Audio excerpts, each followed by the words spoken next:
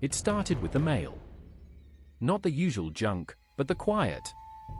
A palpable absence of the usual rustle, the thud of packages. My own mail began to arrive with a strange, almost apologetic silence. No longer shoved carelessly into the slot, but placed, deliberately, as if someone was worried about startling it.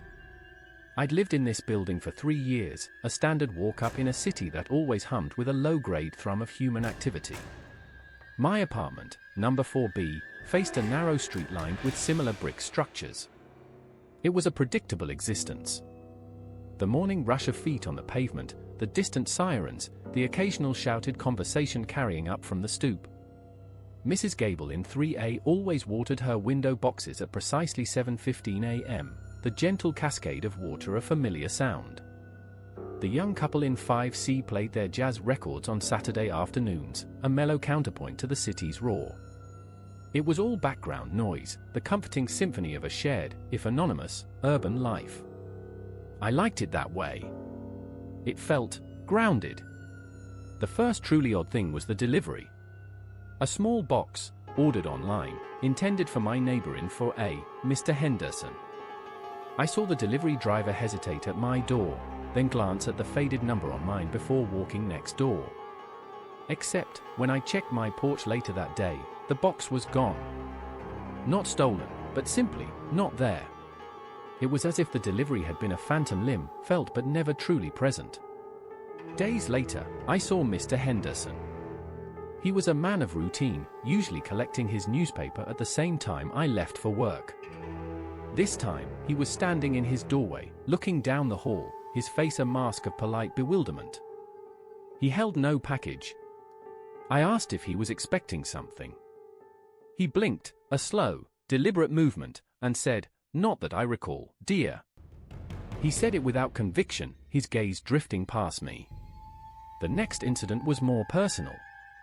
I was listening to a podcast, the volume moderate, when I felt a distinct pressure against my front door, as if someone had leaned their shoulder there. Not a knock, not a push, but a steady, silent pressure. I froze, the host's voice a distant drone. After a long minute, the pressure eased.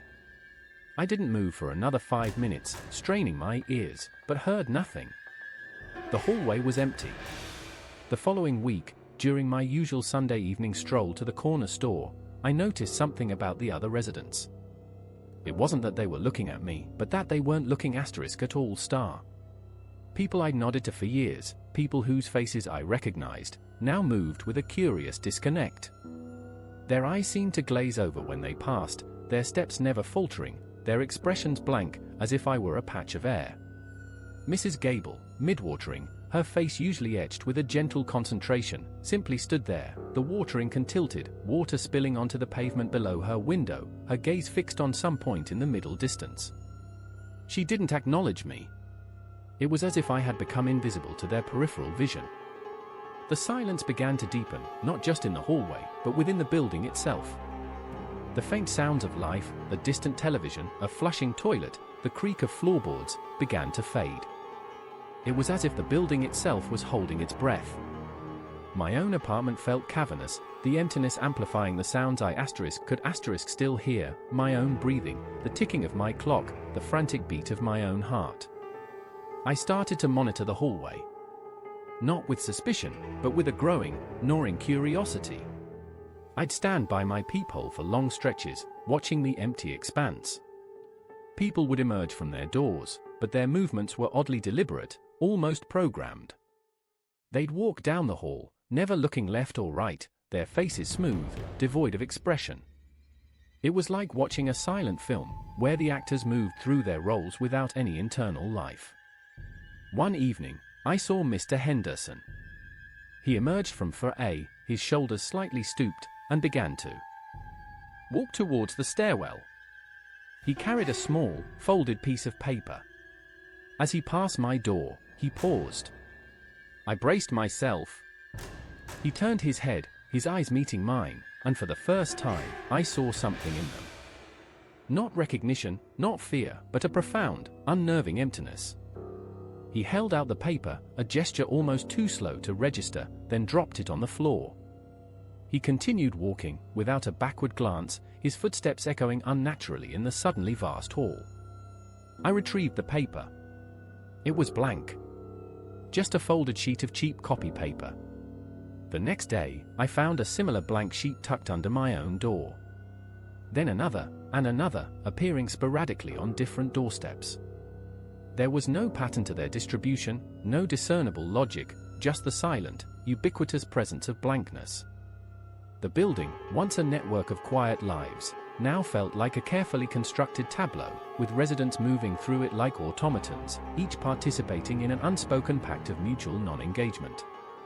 My own desire for interaction, once a mild social lubricant, became a desperate, clumsy attempt to break through a solid wall of indifference. I'd greet people who wouldn't meet my gaze.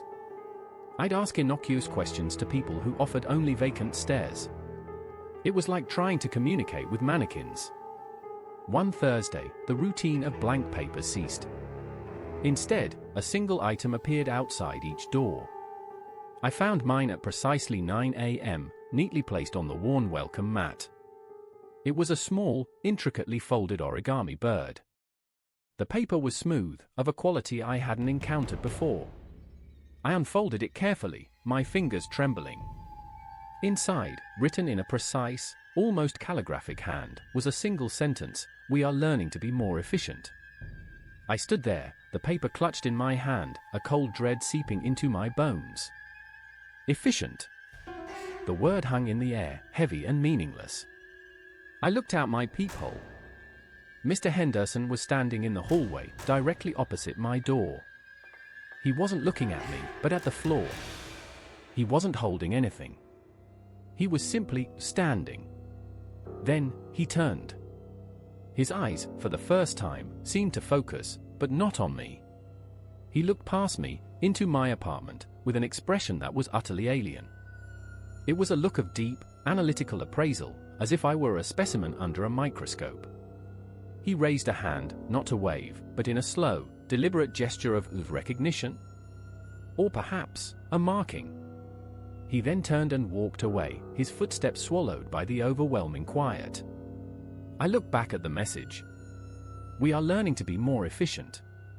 The efficiency was in the silence, in the blank stares, in the absence of anything that might disrupt the careful, placid order of their collective existence. They were becoming efficient at not being bothered, at not engaging, at not *seeing star. Since that Thursday, the origami birds haven't reappeared. The hallway remains a silent testament to their newfound efficiency.